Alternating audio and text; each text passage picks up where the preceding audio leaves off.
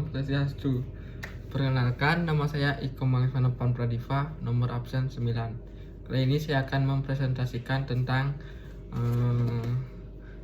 menerapkan computational thinking.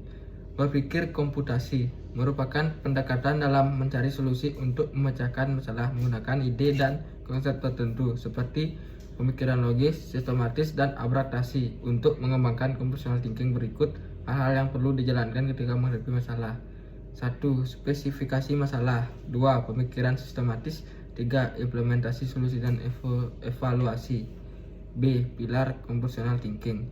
Pilar computational thinking memiliki 4 pilar utama, yaitu dekomposisi, pengenalan pola, abraktasi, dan algoritma.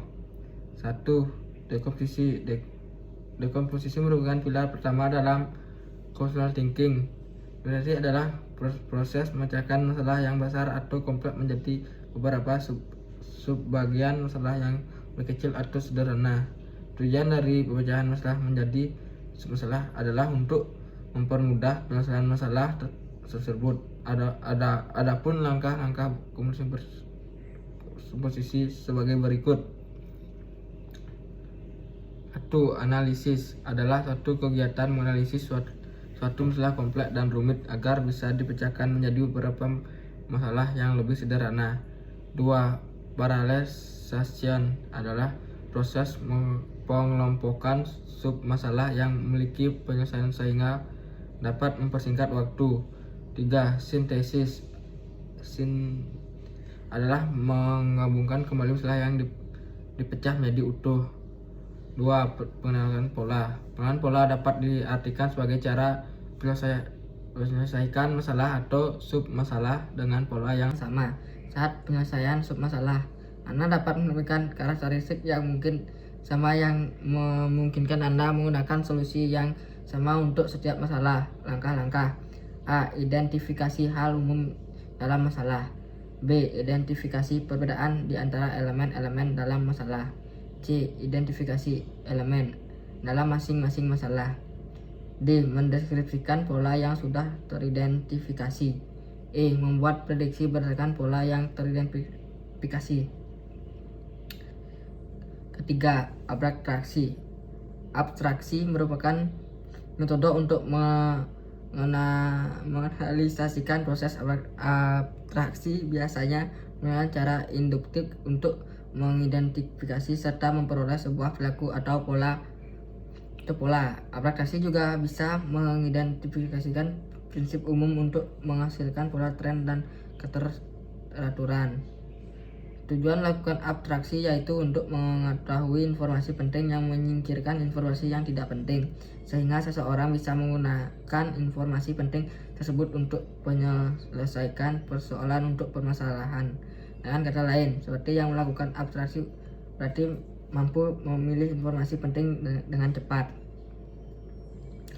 Metode atau tahapan abstraksi dalam computational thinking membantu seseorang untuk menyelesaikan masalah lebih cepat.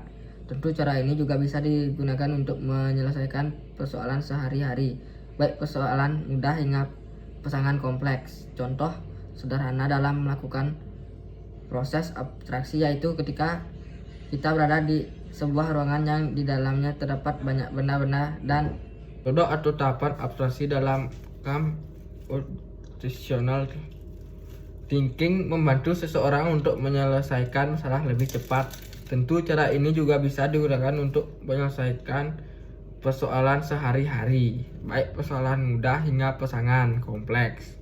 Contoh sederhananya dalam melakukan proses abstraksi yaitu ketika kita berada di sebuah ruangan yang di dalamnya terdapat banyak-banyak benda dan ingin mencari buku dalam ruangan tersebut. Tentu mata kita hanya akan fokus pada benda yang berhubung dengan buku serta mengabaikan benda-benda lain di sekitarnya seperti mainan, meja makan, kasur, dan benda lainnya yang ada di sekitar kita. Algoritma. Algorithm design atau pemikiran algoritma yang merupakan metode khusus yang menggunakan proses matematis dalam proses pemecahan masalah. Algorithm design diidentifikasi serta dimasukkan ke dalam banyak teori solusi penelitian operasi.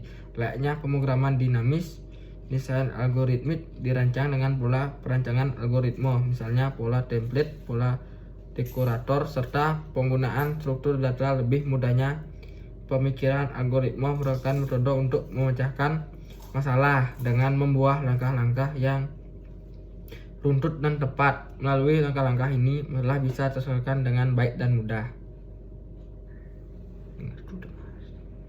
Pun berikut langkah-langkah pemikiran algoritmik, yaitu mendeskripsikan masalah, mengembangkan model, spesifikasi algoritma, membangun dan merancang proses pemikiran algoritma, memeriksa kebenaran algoritma, menganalisis proses algoritma, dan